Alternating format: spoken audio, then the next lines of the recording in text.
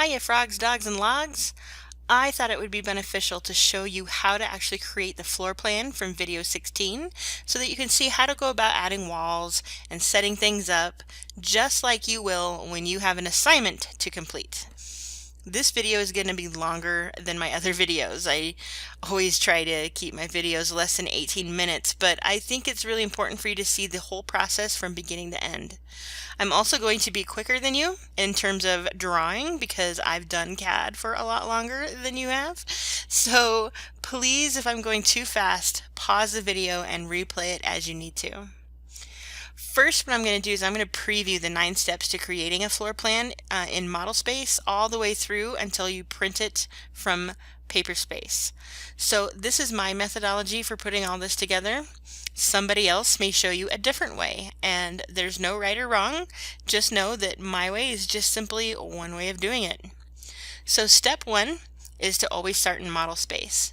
Make sure that your units are set to architectural so that you can draw using feet and inches. I start the drawing by drawing the interior side of the exterior walls. In this example, the interior side of the exterior walls is 37 feet by 31 feet. Step 2. Offset those lines to the outside to show the thickness of the exterior wall. So in this case, the exterior walls are 8 inches thick, so I use the offset command, set it to 8 inches, and plop, plop, plop, plop.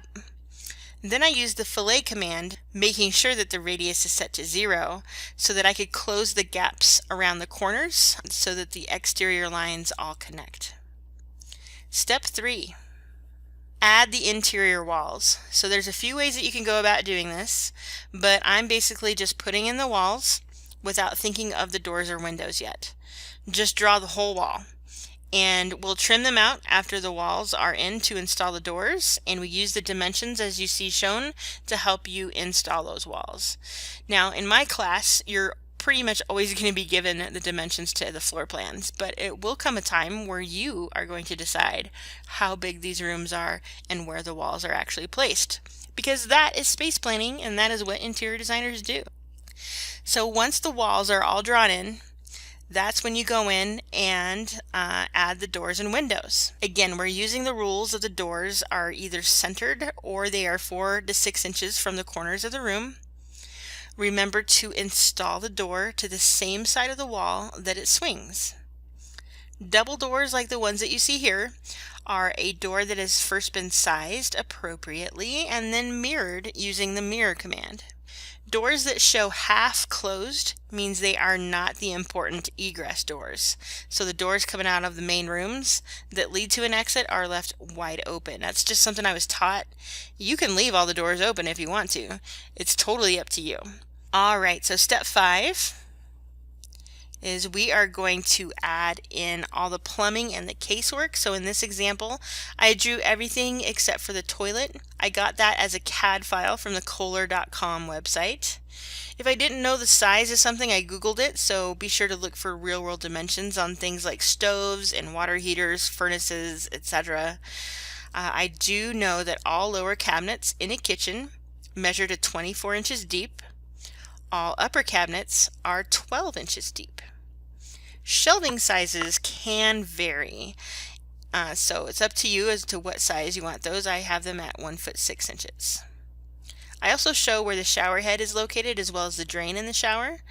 I also get a little bit more detailed with sinks, and I show the faucet and the handles so that you can easily recognize that as a sink. Now if you can't find things, draw them. That's basically what I did. So again, the things that you draw should be more representational than detailed. Keep it simple, yet keep it recognizable. Sometimes there is a delicate balance. Step 6. We're adding the furniture. So be sure to change the line type scale so that the dashed dots are more readable. You do that by selecting the lines, right-clicking, and choosing Properties. You should see line type scale in the little panel that pops up, and I always choose 8. It's a good number to start with. Those at home who do not have the ID template, you might have to put in a different number than I do. You can also hatch the walls at this point to show them as filled in. Always use the same layer as the walls to hatch with. I tend to hatch when most of my stuff is drawn inside the floor plan. It's just my weird little habit. Step 7 is actually setting up your paper space. So I'm going to come down here to 11 by 17. This includes doing page setup, selecting your printer, which you should always have set to DWG to PDF, select the correct size paper, the correct page orientation, and of course the plot style, which we use DDFD in this series. Once your page setup is complete, I come back, I get a title block set up, I get it updated. I then give my attention to the viewport. I get that sized and scaled to a scale that allows my plan to do a little social distancing within the borders of the title block. I do like to leave a little room for a legend over on the side, and we'll get to the legend in a future video along with some more of the construction symbols that we use in CD sets. When I have the viewport situated and scaled, I lock it, and then I update the drawing title and then position it with a proper distance to the drawing, not too far and yet not too close. And then I also position the north arrow so that it's aligned with the drawing title. So once paper space is all set up, I go back to model space. And step 8 is adding the room names. Remember that room names should go on every single plan that you create. If you're using the ID template, choose the annotation style that matches what you set your viewport to. That's why you should always do step 7 before you do step 8, so that you know what size annotation that you need to choose. If you don't know, find that chart in video 15, I believe it is. I can't remember. Go back and look at my videos and find that chart that shows you what size your text should be. Be sure to center your room names, but don't put your room names on top of an object or over line work. Just do the best you can to get it centered and not on things. When in doubt, just do what Tim Gunn does. He makes it work.